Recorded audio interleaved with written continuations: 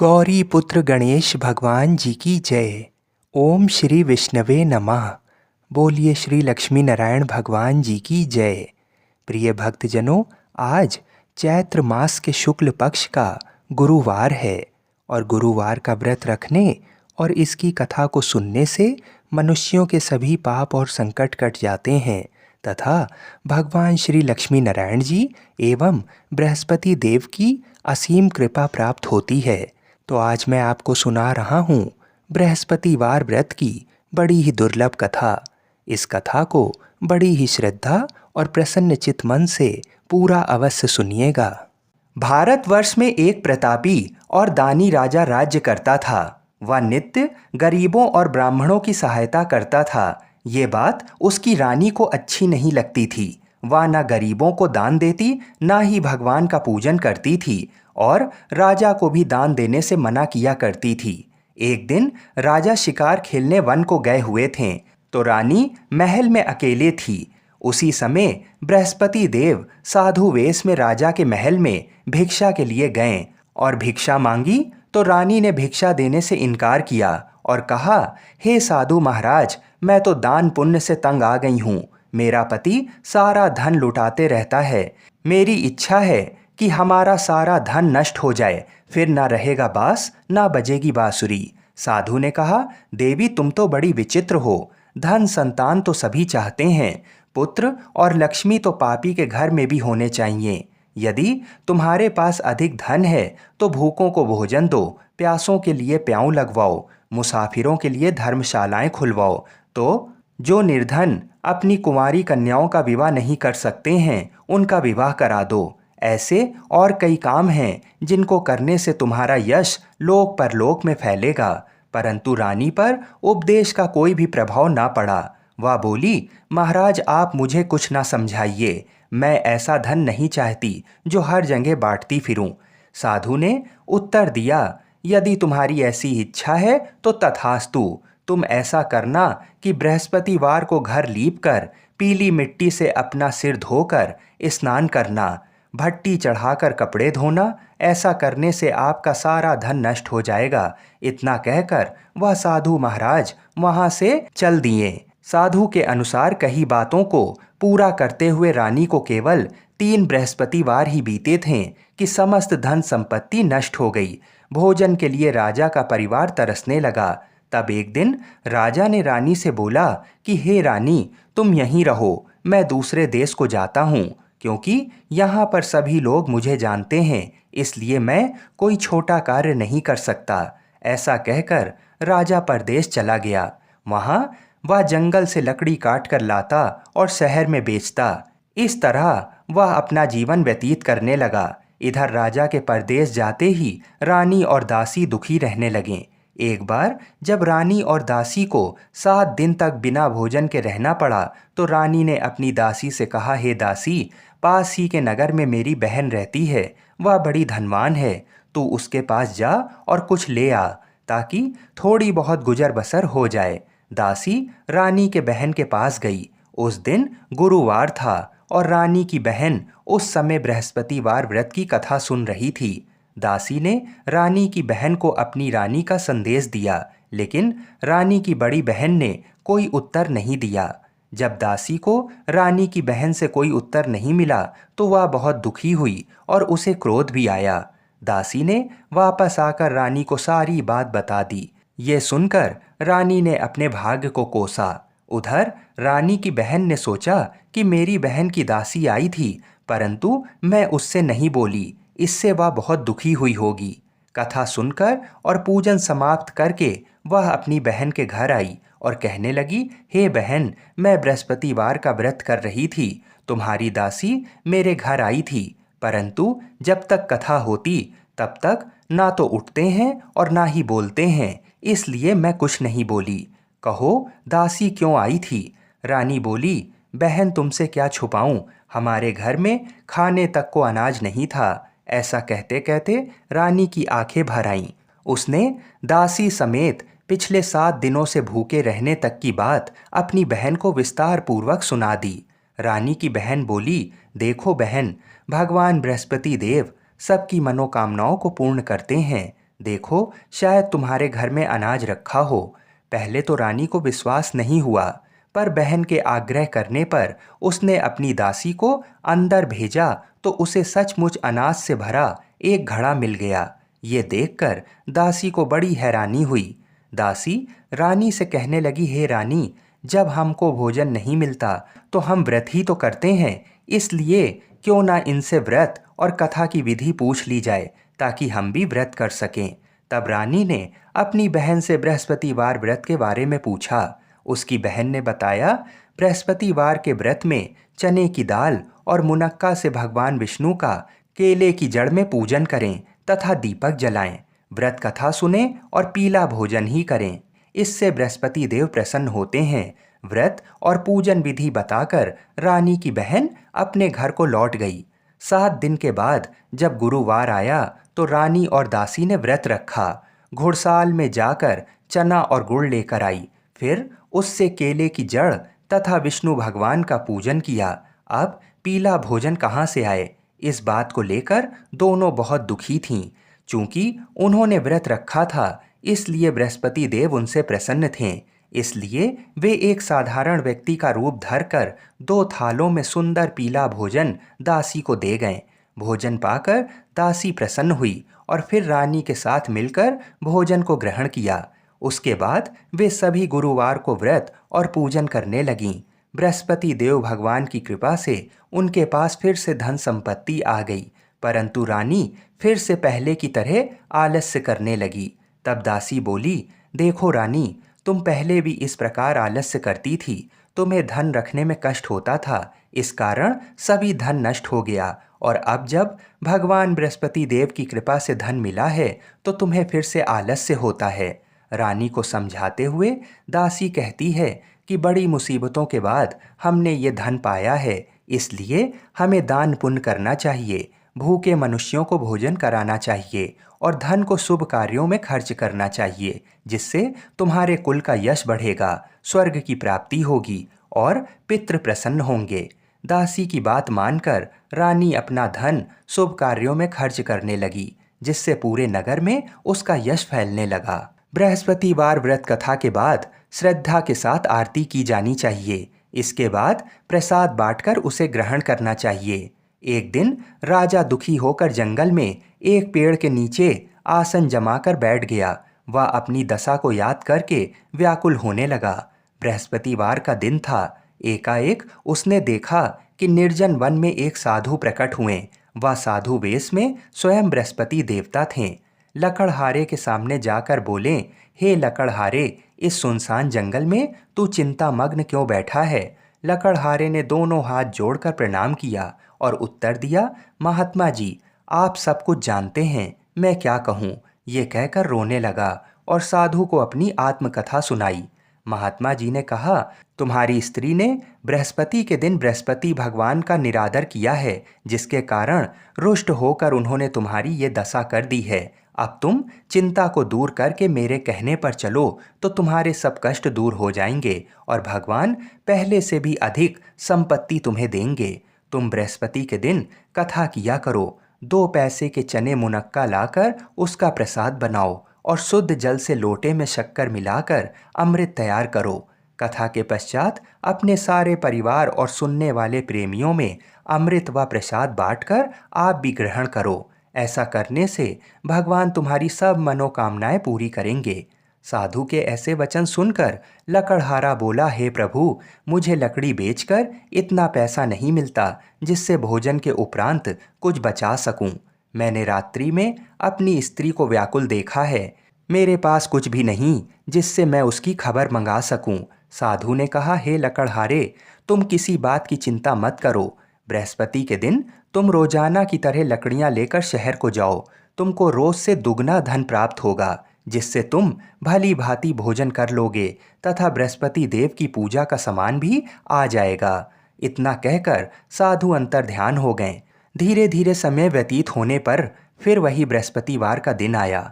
लकड़हारा जंगल से लकड़ी काटकर किसी शहर में बेचने गया। उसे उस दिन और दिन से अधिक पैसा मिला। राजा ने चना गुड़ आदि लाकर गुरुवार का व्रत किया। उस दिन से उसके सभी कलेश दूर हुए। परंतु जब दोबारा गुरुवार का दिन आया तो बृहस्पतिवार का व्रत करना भूल गया। इस कारण बृहस्पति भगवान नाराज हो गए। उस दिन उस नगर के राजा ने विशाल यज्ञ का आयोजन किया तथा शहर में ये घोषणा करा दी कि कोई भी मनुष्य अपने घर में भोजन ना बनावे, ना आग जलावे, समस्त जनता मेरे यहाँ भोजन करने आए। इस आज्ञा को जो नहीं मानेगा उसे फांसी की सजा दी जाएगी। इस तरह की घोषणा संपूर्ण नगर में करवा दी गई। राजा की आज्ञा अनुसार शहर के सभी लोग राजा की आज्ञा अनुसार शहर के सभी लोग भोजन करने गए, लेकिन लकड़हारा कुछ देर से पहुंचा, इसलिए राजा उसको अपने साथ घर लिवा ले गए और वहां ले जाकर भोजन करा रहे थे तो रानी की दृष्टि उस खूंटी पर पड़ी जिस पर उसका हार लटका हुआ था। वह वहां पर दिखाई नहीं दिया। रानी ने निश्चय किया कि मेरा हार इस मनुष्य ने चुरा लिया है। उसी समय सिपाहियों को बुलाकर उसको कारागार में डलवा दिया। जब लकड़हारा कारागार में पड़ गया और बहुत दुखी होकर विचार करने लगा कि ना जाने कौन से पूर्व जन्म के कर्म से मुझे ये दुख प्राप्त हुआ है, और उसी साधु को याद करने लगा जो कि जंगल में मिला था। उसी समय तत्काल बृहस्पति देव साधु के रूप में प्रकट हुए और उसकी दशा को देखकर कहने लगे, अरे मूर्ख, तूने बृहस्पति देव की कथा नहीं करी, इस कारण तुझे दुख प्राप्त हुआ है। अब चिंता मत कर, बृहस्पतिवार के दिन कारागार के दरवाजे पर 4 पैसे पड़े मिलेंगे, उनसे तू बृहस्पति देव की पूजा करना, तेरे सभी कष्ट दूर हो जाएंगे। बृहस्पति के दिन उसे 4 पैसे मिले। लकड़हारे ने कथा कही। उसी रात्रि को बृहस्पति देव ने उस नगर के राजा को स्वप्न में कहा, हे राजा, तूने जिस आदमी को कारागार में बंद कर दिया है वह निर्दोष है, वह राजा है, उसे छोड़ देना। रानी का हार उस खूंटी पर लटका है। अगर तू ऐसा नहीं करेगा तो मैं तेरे राज्य को नष्ट कर दूंगा। इस तरह रात्रि के स्वप्न को देखकर राजा प्रातःकाल उठा और खूंटी पर हार देखकर लकड़हारे को बुलाकर क्षमा मांगी तथा लकड़हारे को योग्य सुंदर वस्त्र आभूषण देकर विदा कर दिया। बृहस्पति देव की आज्ञा अनुसार लकड़हारा अपने नगर को चल दिया। राजा जब अपने नगर के निकट पहुंचा तो उसे बड़ा आश्चर्य हुआ। नगर में पहले से अधिक बाग, तालाब, कुएं तथा बहुत सी धर्मशाला, मंदिर आदि बन गए थे। राजा ने पूछा कि ये किसका बाग है और धर्मशाला किसकी है। तब नगर के सब लोग कहने लगे, ये सब रानी और बांदी के हैं। तो राजा को आश्चर्य हुआ और गुस्सा भी आया। जब रानी ने ये खबर सुनी कि राजा आ रहे हैं तो उन्होंने दासी से कहा, हे दासी, देख राजा हमको कितनी बुरी हालत में छोड़ गए थे। हमारी ऐसी हालत देखकर वह लौट ना जाएं, इसलिए तू दरवाजे पर खड़ी हो जा। आज्ञा अनुसार दासी दरवाजे पर खड़ी हो गई। राजा आए तो उन्हें अपने साथ ले गई। तब राजा ने क्रोध करके अपनी रानी से पूछा कि ये धन तुम्हें कैसे प्राप्त हुआ। तब उन्होंने कहा कि हमें ये सब धन बृहस्पति देव के इस व्रत के प्रभाव से प्राप्त हुआ है। राजा ने निश्चय किया कि 7 रोज बाद तो सभी बृहस्पति देव का पूजन करते हैं, परंतु मैं प्रतिदिन दिन में 3 बार कहानी तथा रोज व्रत किया करूँगा। अब हर समय राजा के दुपट्टे में चने की दाल बंधी रहती तथा दिन में 3 बार कहानी कहता। एक रोज राजा ने विचार किया कि चलो अपनी बहन के यहाँ हो आएं। इस तरह निश्चय कर राजा घोड़े पर सवार हो अपनी बहन के यहाँ को चला गया। मार्ग में उसने देखा कि कुछ आदमी एक मुर्दे को लेकर जा रहे हैं। उन्हें रोककर राजा कहने लगे, अरे भाइयों, मेरी बृहस्पति देव की कथा सुन लो। वे बोले, लो, हमारा तो आदमी मर गया है, इसको अपनी कथा की पड़ी है।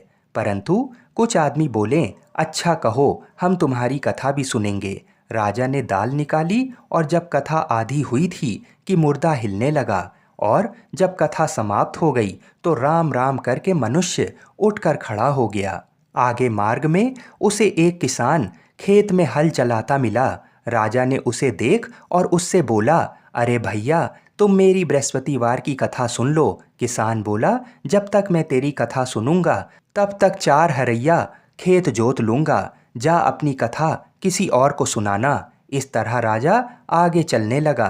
राजा के हटते ही बैल पछाड़ खाकर गिर गए तथा किसान के पेट में बड़ी जोर का दर्द होने लगा। उस समय उसकी माँ रोटी लेकर आई उसने जब ये देखा तो अपने पुत्र से सब हाल पूछा और बेटे ने सभी हाल कह दिया। तो बुढ़िया दौड़ी दौड़ी उस घुड़सवार के पास गई और उससे बोली कि मैं तेरी कथा सुनूंगी, तू अपनी कथा मेरे खेत पर चलकर ही कहना।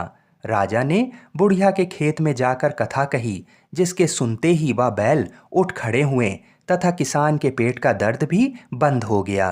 राजा अपनी बहन के घर पहुंच गया।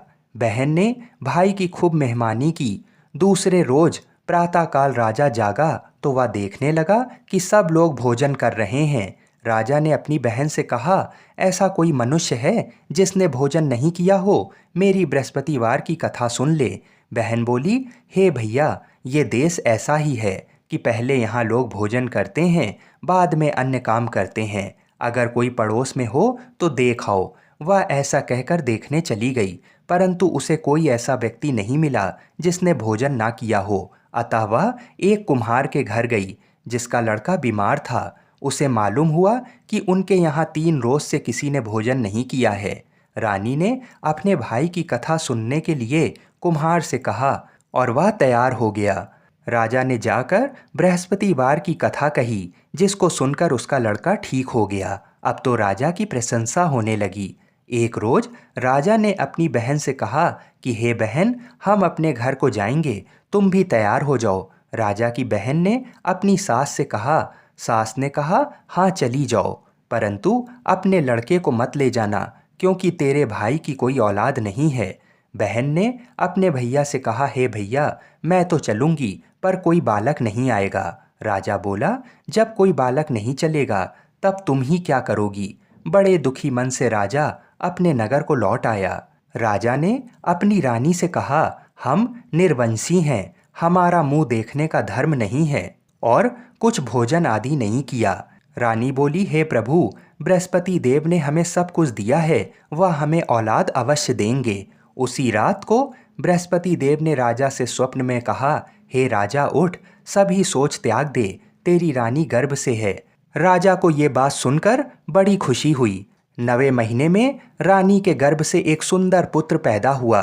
तब राजा बोला, हे रानी, स्त्री बिना भोजन के रह सकती है, पर बिना कहे नहीं रह सकती। जब मेरी बहन आवे तो तुम उससे कुछ कहना मत। रानी ने सुनकर हाँ कर दिया।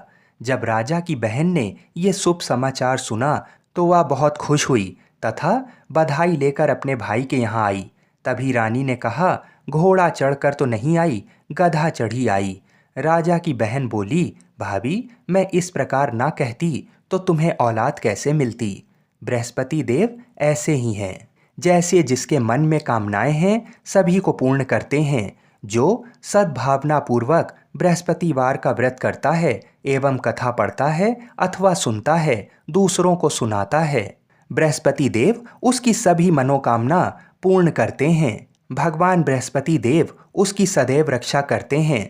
संसार में जो मनुष्य सद्भावना से भगवान जी का पूजन व्रत सच्चे हृदय से करते हैं तो उनकी सभी मनोकामनाएं पूर्ण करते हैं। जैसी सच्ची भावना से रानी और राजा ने उनकी कथा का गुणगान किया तो उनकी सभी इच्छाएं बृहस्पति देव जी ने पूरी की। इसलिए पूर्ण कथा सुनने के बाद प्रसाद लेकर जाना चाहिए। हृदय से उसका मनन करते हुए जयकारा बोलना चाहिए। बोलो बृहस्पति देव की जय। बोलिए श्री लक्ष्मी नारायण भगवान की जय। बोलिए भगवान विष्णु की जय। बोलिए श्री राधा कृष्ण भगवान की जय। बोलिए श्री तुलसी शालिग्राम की जय। जय जय श्री राधे। आइए अब मनोकामनाओं को पूरी करने वाली बृहस्पति देव जी की कथा को सुनते हैं। प्राचीन काल में एक ब्राह्मण रहता था। वह बहुत निर्धन था। उसके कोई संतान नहीं थी। उसकी स्त्री बहुत मलिनता के साथ रहती थी। वह ना तो स्नान करती, ना किसी देवता का पूजन करती थी। इससे ब्राह्मण देवता बड़े दुखी थे। बेचारे बहुत कुछ कहते थे, किंतु उसका कुछ परिणाम नहीं निकलता था। भगवान की कृपा से ब्राह्मण की स्त्री के कन्या रूपी रत्न पैदा हुआ। कन्या बड़ी होने पर प्रातः स्नान करके विष्णु भगवान का जाप व बृहस्पतिवार का व्रत करने लगी। अपने पूजन पाठ को समाप्त करके विद्यालय जाती तो अपनी मुट्ठी में जौ भर कर ले जाती और पाठशाला के मार्ग में डालती जाती। जब वह पाठशाला से लौटती तो ये जौ स्वर्ण के हो जाते थे और वह लौटते समय उनको बीनकर घर ले जाती थी। एक दिन वह बालिका सूप में उस सोने के जौ को फटक कर साफ कर रही थी कि उसके पिता ने ये करते हुए देख लिया और कहा, बेटी, सोने के जौ के लिए सोने का सूप होना चाहिए। दूसरे दिन बृहस्पतिवार था। इस कन्या ने बृहस्पतिवार का व्रत रखा और बृहस्पति देव से प्रार्थना करके कहा, मैंने आपकी पूजा सच्चे मन से की हो तो मेरे लिए सोने का सूप दे दो। बृहस्पति देव ने उसकी प्रार्थना स्वीकार कर ली। रोजाना की तरह वह कन्या जौ फैलाती हुई जाने लगी। जब लौटकर जौ बीन रही थी तो बृहस्पति देव की कृपा से सोने का सूप मिला। उसे वह घर ले आई और उसमें जौ साफ करने लगी, परंतु उसकी माँ का वही ढंग रहा। एक दिन की बात है, वह कन्या सोने के सूप में जौ साफ कर रही थी। उस समय उस शहर का राजपुत्र वहां से होकर निकला। इस कन्या के रूप और कार्य को देखकर मोहित हो गया तथा अपने घर आकर भोजन तथा जल त्याग कर उदास होकर लेट गया।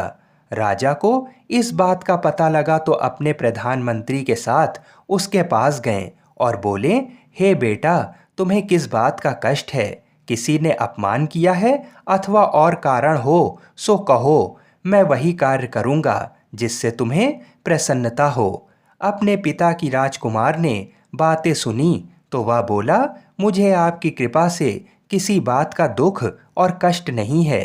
किसी ने मेरा अपमान नहीं किया है, परंतु मैं उस लड़की से विवाह करना चाहता हूँ जो सोने के सूप में जौ साफ कर रही थी। ये सुनकर राजा आश्चर्य में पड़ गए और बोले, बेटा, इस तरह की कन्या का पता तुम ही लगाओ, मैं उसके साथ तुम्हारा विवाह अवश्य ही करवा दूंगा। राजकुमार ने उस लड़की के घर का पता बतलाया। तब मंत्री उस लड़की के घर गए और ब्राह्मण देवता को सभी हाल बताया। ब्राह्मण देवता राजकुमार के साथ अपनी कन्या का विवाह करने के लिए तैयार हो गए तथा विधि विधान के अनुसार ब्राह्मण की कन्या का विवाह राजकुमार के साथ हो गया। कन्या के घर से जाते ही पहले की भांति उस ब्राह्मण देवता के घर में गरीबी का निवास हो गया। अब भोजन के लिए भी अन्न बड़ी मुश्किल से मिलता था। एक दिन दुखी होकर ब्राह्मण देवता अपनी पुत्री के पास गए। तब बेटी ने पिता की दुखी अवस्था को देखा और अपनी माँ का हाल पूछा। तब ब्राह्मण ने पूरा हाल बता दिया। कन्या ने बहुत सा धन देकर अपने पिता को अपने घर से विदा कर दिया। इस तरह ब्राह्मण का कुछ समय सुखपूर्वक व्यतीत हुआ। कुछ दिन बाद वह फिर वही हाल का हो गया। ब्राह्मण फिर अपनी कन्या के यहाँ गया और सारा हाल कहा तो लड़की बोली, हे पिताजी, आप माता को यहाँ लिवा लाओ, मैं उसे विधि बता दूंगी जिससे गरीबी दूर हो जाए। वह ब्राह्मण देवता अपनी स्त्री को साथ लेकर पहुँचे तो अपनी माँ को वह लड़की समझाने लगी, हे माँ, तुम प्रातःकाल प्रथम स्नान आदि करके विष्णु भगवान का पूजन करो तो तुम्हारी सब दरिद्रता दूर हो जाएगी।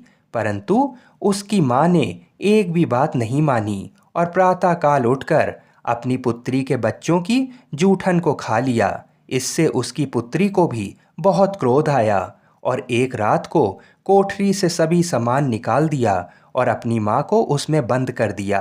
प्रातःकाल उसे निकाला तथा स्नान आदि करा के पाठ करवाया तो उसकी माँ की बुद्धि ठीक हो गई और फिर प्रत्येक बृहस्पतिवार को व्रत रखने लगी।